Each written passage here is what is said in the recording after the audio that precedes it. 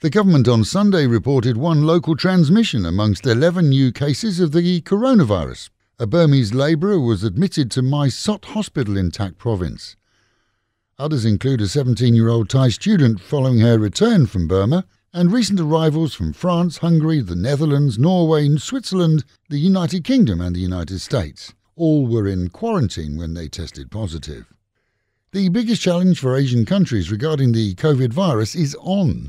As winter approaches, so South Korea, where COVID counts have been similar to Thailand in the past, recorded a huge spike in cases, 386 in one day, with predictions of up to 1,000 a day if the spread increases at its current rate. In Japan, where social distancing and other measures were being eased, Saturday saw 2,400 reported cases.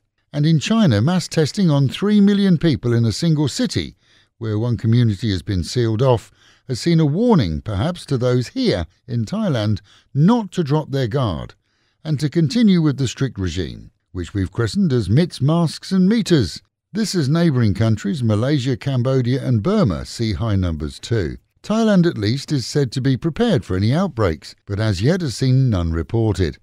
That success has been attributed to the quick response at the year's start with lockdowns, mask wearing and social distancing.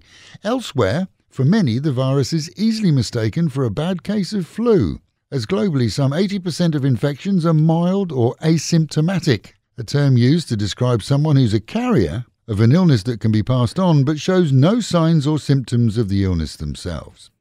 Extra fees for baggage when using a taxi have seen some moan.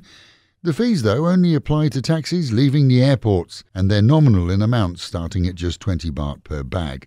With taxi rates not updated for years and operating costs rising, the new fees are to be quoted in pricing before passengers take a taxi from the airport, and there's no charge for hand luggage. Meanwhile at home and in Pattaya, as we're told that the cloud covering the region isn't smog but fog, while fog is white in colour, were the air around us to have tones of grey, scientists term that as smog, not fog. While fog eventually dips down, smog persists in the air and transfers smoke-like particles. The long weekend saw the city bustling with many events and lots of extra traffic. Motorways were still free of tolls this morning as many returned home today. Investigation teams are looking closely at companies operating in our and other regions where so-called nominee shareholders are listed by companies which are actually foreign operated. Covering tourism, property and hotel businesses, 4 out of 5 cases to be prosecuted are from our own province. The Finance Ministry is warning of scammers pretending to be the government and promising 2,000 baht payments to the public under a COVID scheme. Many people have been contacted and asked for ID cards and bank details. That's a scam. The ministry doesn't ask for those details and the public are warned to avoid such internet messages and calls.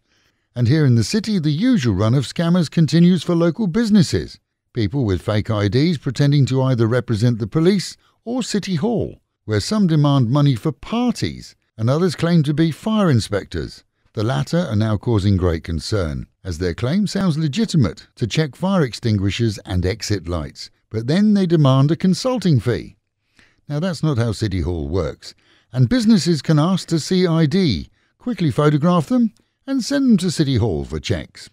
And with the reminder, mitts, masks and meters, wash your hands, wear a mask and keep social distancing, and the Met Office promising highs today of 32 dropping down to 26, a cool and overcast day with a chance of rain. That is the local and national news from Fab FM. For videos and of course to keep up with Fabulous Pattaya, visit alwayspattaya.com.